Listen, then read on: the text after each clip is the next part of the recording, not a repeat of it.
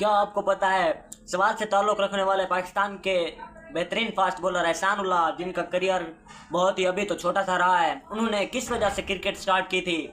बहुत ही दिलचस्प कहानी है, आपको बताते हैं। उन्होंने किसी शुरू से शौक की वजह से या इस तरीके से नहीं क्रिकेट शुरू की थी कि वो आगे जाकर पाकिस्तानी टीम के साथ जुड़ेंगे, पाकिस्तानी टीम के लिए खेलेंगे। उन्होंने एक इंटरव्यू में बताया है कि उन्हें क्रिकेट का इतना ज़्यादा शौक नहीं था कि इंटरनेशनल की लेवल तक पहुंच जाएं। वो क्रिकेट देखते तो थे और खेलते भी थे, इतना ज़्यादा तो नहीं खेलते थे कि हार्ड बॉल खेलते हों। तो उस वक्त उन्हें एक ऐसी वजह बनी थी कि उन्होंने ठान लिया कि वो क्रिकेटर बनेंगे। उन्होंने बताया कि मैंने 2012 में जब डिकॉक आया तो पहली ही नज़र में मुझे वो बहुत ज़्यादा पसंद आ गया था। मैंने बहुत ज़्यादा कोशिश की कि इसे मिलूं, लेकिन मिल ना सका उस वक्त। तो फिर मैंने सोचा मैं इससे एक ही सूरत में मिल सकता हूं कि मैं भी क्रिकेटर बन जाऊं और फिर इससे मुलाकात हो सकती है। तो मैंने खूब मेहनत की, बहुत ज़्यादा नाम कमाया डोमेस्टिक लेवल पर नीचे। लेकिन इसके बाद जब उन्हें मौका मिला पीएसएल में भी बेहतरीन परफॉर्मेंस की और बहुत ज़्यादा नाम बनाया है पीएसएल में अपना, और अपने स्टाइलिश एक्शन से ख़ास तौर पर।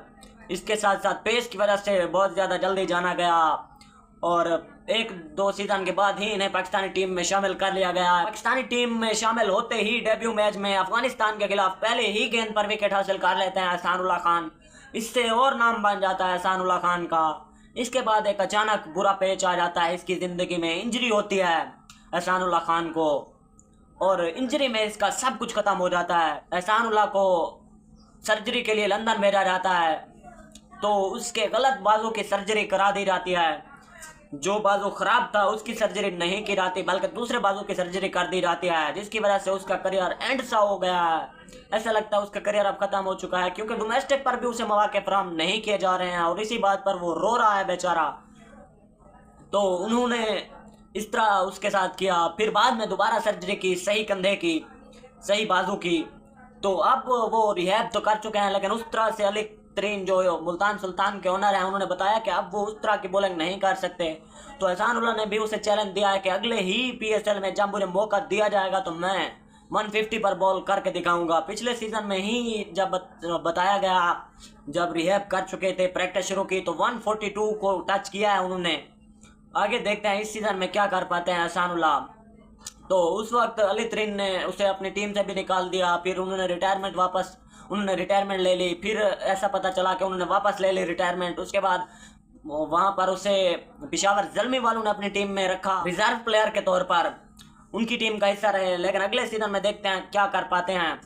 तो अब उन्होंने कहा है कि उस वक्त जो मज़ा था, जिसकी वजह से मैं पाकिस्तानी टीम में आया, इतना ज़्यादा सफ़र करके आया, इतना ज़्यादा नाम बनाया पाकिस्तान की डोमेस्टिक में, पीएसएल में नाम बनाया, पाकिस्तान क्रिकेट टीम में अपने आप को शामिल करके देखा, तो अब डिकॉक में मज़ा नहीं रहा है वो, जिसकी वजह से मैं पाकिस्तान की टीम में आया ताकि मैं उसे मिल सकूं।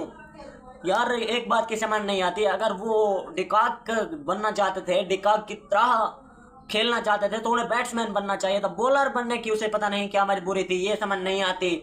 तो जब वो इस लेवल तक पहुंचे हैं तो अब कहते हैं कि मैं डिकॉक से मिलना तो चाहता था, लेकिन अब डिकॉक में वो मज़ा नहीं है और अब मुझे अभिषेक शर्मा और शुभमन गिल पसंद है।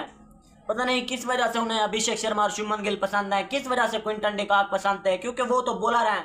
चलो ठीक है, उनकी बैटिंग अच्छी लगती है।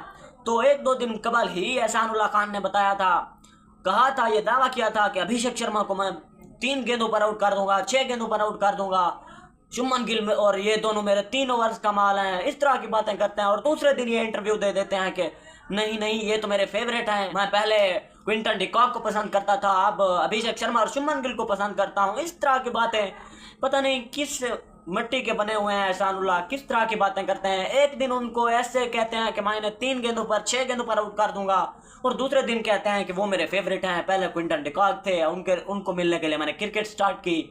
तो पता नहीं क्या चाहते हैं एहसान उल्लाह।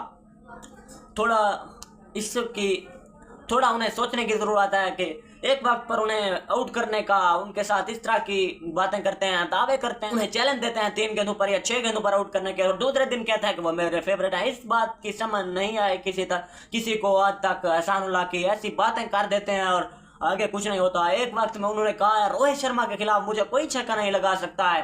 तो उसी वक्त ही फखर जमान के हत्थे चढ़ गए और फखर जमान ने खूब पेला एहसानुल्लाह को, 2-3 छक्के लगाए, 2-3 चौके लगाए और खूब भरकस निकाल दिया एहसानुल्लाह का फखर जमान ने। उसे मालूम नहीं था कि फौजी भी यहाँ पर मौजूद है। फौजी ने बहुत से लोगों की सिक्योरिटी टाइट किया, तो वो क्या चीज़ है समझ नहीं आती। क्या समझते हैं एहसानुल्लाह साहब और क्या करना चाहते हैं, देखते हैं किस तरह से वो रिएक्ट करते हैं, किस तरह से वापसी करते हैं, क्या करते हैं, जो दावे किए हैं उन पर पूरा उतरते हैं या नहीं। अगर आपका किसी हवाले से कोई सवाल हो तो आप कमेंट सेक्शन में पूछ सकते हैं, आपके हर सवाल का जवाब दिया जाएगा। आज के लिए इतना ही, मुझे दीजिए इजाज़त, अल्लाह हाफिज़।